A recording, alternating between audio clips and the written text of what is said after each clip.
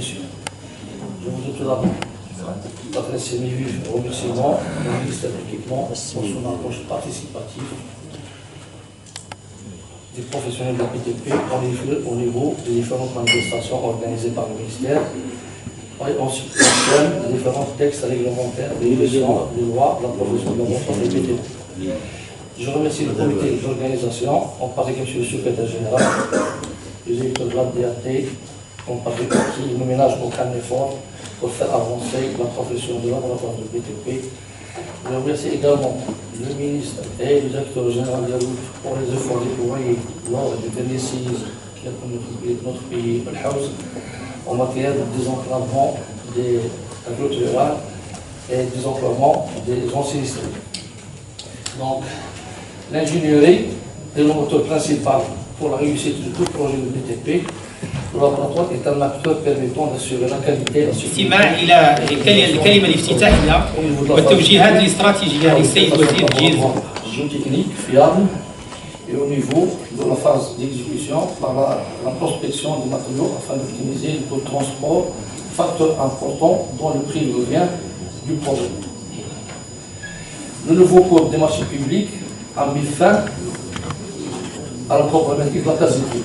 Donc il n'y a plus de raison de dire que les prix du marché sont faibles. On va parler des autres projets non dérivés, ou de la non-fiscalité, ou de la disponibilité des matériaux, etc. Donc pour ce qui est du nouveau code des marchés publics, j'insisterai sur deux points importants.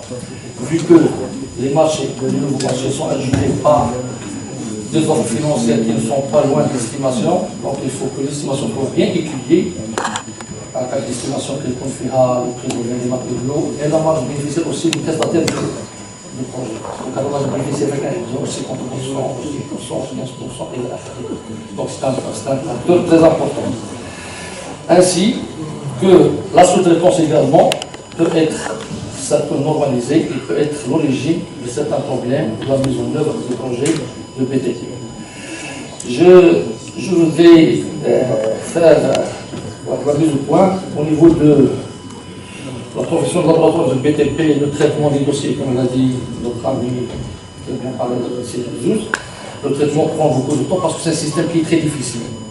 C'est un système qui est basé sur l'accréditation, sur le chiffre d'affaires, sur les moyens humains. Et donc, après la mise en œuvre du système de qualification, le nombre des laboratoires qualifiés et classés ont été réduits à une trentaine. Avant, quand on s'est basé sur le système d'agrément des priorités, nous sommes à peu près 180 laboratoires agréés, parce que le système d'agrément est plus facile. Le ministère de l'Équipement est déjà actuellement 3 systèmes en parallèle. La qualification des entreprises, les bureaux d'études d'agrément et le laboratoire. Le plus difficile, c'est le laboratoire. Le moyen difficile, c'est l'entreprise. Et le moins difficile, c'est les bureaux d'études. Ça reste une réalité. On ne peut pas dire que le système d'agrément actuel des bureaux d'études, c'est un système qui cite beaucoup d'efforts. C'est un système, vous pouvez regarder les agréments, moyennant 10 petits moyens, vous avez l'agrément qu'il faut participer dans toute la gamme des marchés. Donc, ce qu'il faut faire, c'est qu'il faut qu'il y ait un équilibre entre les 3 systèmes. Il faut qu'il y ait de la qualification des bureaux d'études et la qualification aussi des entreprises peut être valorisée par la certification. Il faut passer à la certification des entreprises. C'est une entreprise de classe 1 de classe S qui font des grands marchés et des grands montants, il faut passer à la certification. Cette certification permettra d'absorber, contribuer à la création d'emplois. Il permettra pas uniquement d'améliorer la qualité de l'entreprise, mais avec la certification, on a besoin du moyen pour être certifié, ce qui permet de contribuer à la création de l'emploi et l'absorption du chômage dont toutes les familles marocaines sont touchées. Toutes les familles marocaines sont touchées par le chômage. Donc,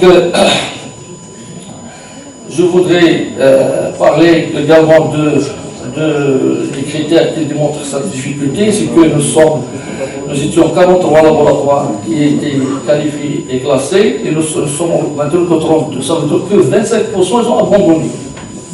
Mais c'est d'abord, monsieur, parce que là, il veut travailler, mais c'est très difficile le système. Et là, on ne demande pas de retourner en arrière. Non, il faut que le système vienne avec le système de laboratoire. Le système de l'université ou bien les entreprises.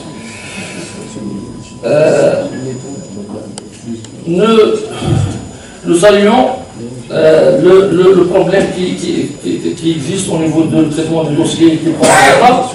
Nous avons des petits montants, des chiffres d'affaires beaucoup de calculs, et le quorum parfois n'est pas atteint et les commissions ne sont pas faites dans les délais.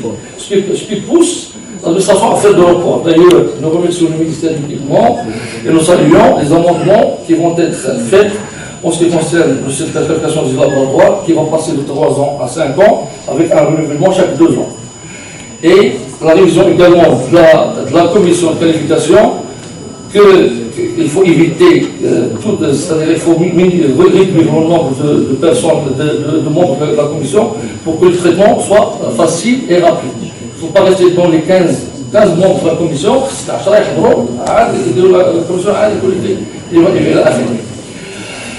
Enfin, je ne vais pas tarder, moi j'ai juste voulu faire passer ces idées, et enfin je voudrais vous dire que notre fédération est en disposition au niveau du ministère pour apporter les réformes nécessaires à notre système de qualification et classification.